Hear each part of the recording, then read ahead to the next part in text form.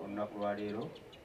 Amannya bampita Abe Musinguzi, abo mpita Abitex olwatolina musango nagozizza, ate nga nze pulezidenti w'aba promota begattira mu kibiina kya NPA. Kinaalisabye buli muntu akigatteko tutambuze ensonga yaffe mu maaso olw'ensonga tulina ggoolo eryemu. Ensonga etuyisizza bano olwaleero yakuyiiya butya bwe tugenda okukola omulimu gwaffe, tukole amagoba ge twakolanga edda.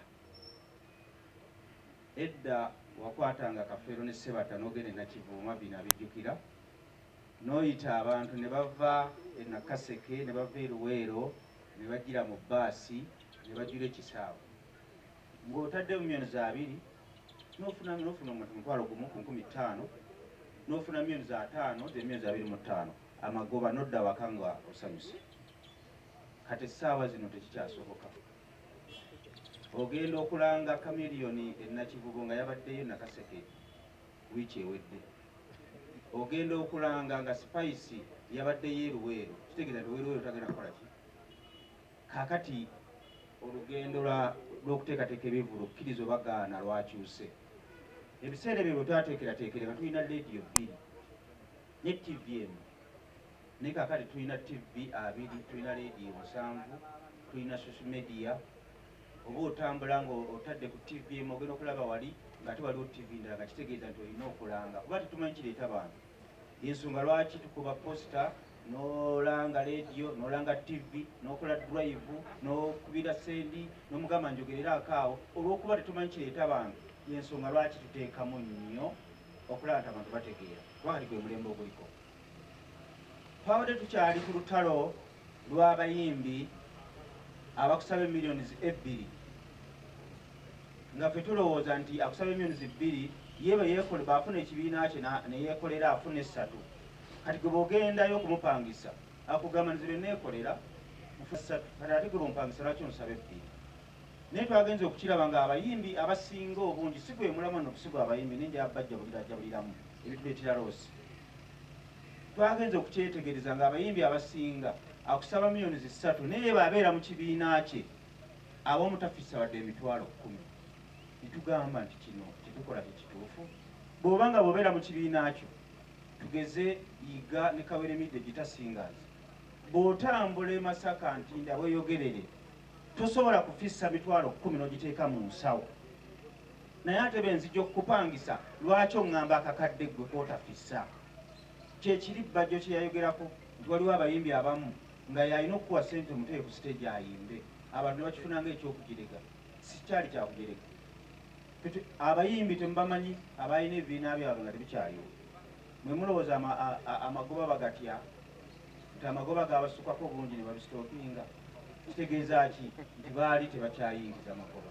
Naye ate promota akeera ku makya n'ateeka ku posita abayimbi 76 oba abayimbi 4, tugeze ne mukubali n'abayimbi 3, n'abadde ku Freedom City n'abadde n'abayimbi 19. Naye tiwali eyavuddewo ng'abanja, bonna bana bafunye ssente. Naye nga mu bonna be twawadde ssente, ow'akakadde yali akozeeko ekibiina n'atadde awaka wadde emitwalo 5. Ntegeeza ki? Nti tulina ebizibu bingi ebitugana okufuna ssente, ensonga lwaki tuzze wano.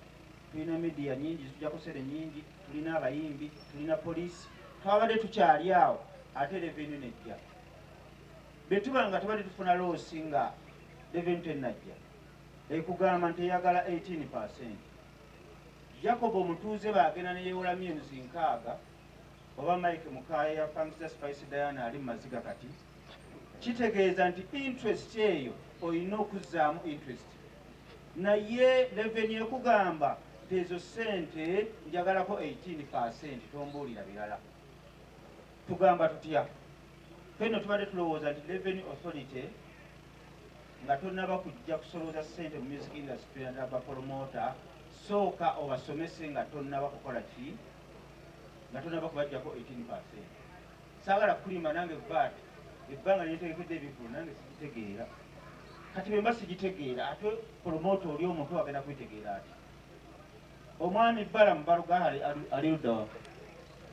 Balamu Balugahale azze wano ng'omwogezi wa Revenue Authority. Nze no mbadde mutegeeza njogera nga nze naye ng'okusalawo kwammwe kugenda kuba eri mmwe. Nze mbadde nteesa tusooke tusitoopingemuko okuteekateeka ebivulu okumala akabanga ka myezi oba ng'ebiri nga bwe twogera ne revenue ne poliisi ne KCCA tulyoke tuveeyo n'eddoboozi limu. Essaawa zino omwana natesitese ejjo ku Freedom City Kivule kyavuddemu ebizibu. Nasaasaanyizza mu bayimbi millions 62. Teri muyimbi yampadde lisiiti. Revenue yampise eri mu kutucunya. Owenkuuka taliyo wano ne bamucunya. Baagala nakuggalawo akawunti ze bazina n'okuba nga baziggadde kati. Owa Keti event owa Winnie Nwagi ndowooza yakakimala kati. Naye ejjo bwe twafunyeyo meeting ne executive ne mbagamba revenue musooke musitoopinga okubanja abapromota ssente enkadde zonna musooke mubatendeke era baawuliriza bulungi nnyo. Tewali n'omu yazze mu kutukubira ssimu. Ono Bajjo y'omu ku basinze okusalwa ndowooza omwaka guno era kyova olaba nga yavaayo n'akozesa olulimi tetulukkiririzaamu naye bwali bulumi. Oyo omusajja oyo mujja musangako olumu ng'afidde mu buliri olw'amabanja g'endongo. Bamuyise ku revenue nga essaawa zino abanjibwa millions nga 2.5 naye revenue gye yabadde yamugambye wadde obanjibwa 2.5 naye wakiri tuweeyo millions nga 3. Oyo n'atulika n'akaaba mu ofiisi ya revenue. Bino si byalwala. Be navuddeyo ne mbagamba nti musitoopinge buli gwe mubanja. Baalaze nti bampuliriza. Era tuzze wano okubagamba nti nze badde nteesa kirowoozo kyange. Revenue okusoloza abantu omusolo ng'obasoloza ebintu bye batategeera.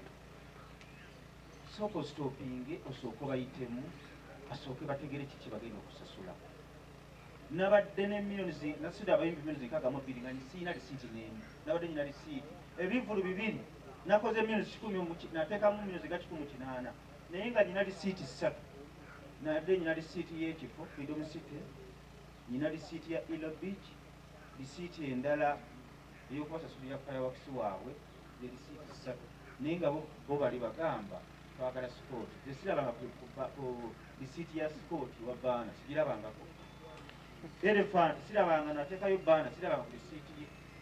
Abo revenue bayite etutuuze esooke etutendeke eryoke tatiko tusoloza omusolo nga tumanyi kye tusasula. Simanyi oba nteesezza bubi. Ebyo ebigambo byange naawe okusalawo kwammwe ne badde nteesa endongo tugiggalewo tuddemu okukola ku Easter oba ne ku Easter Monday. Mwebale nnyo ku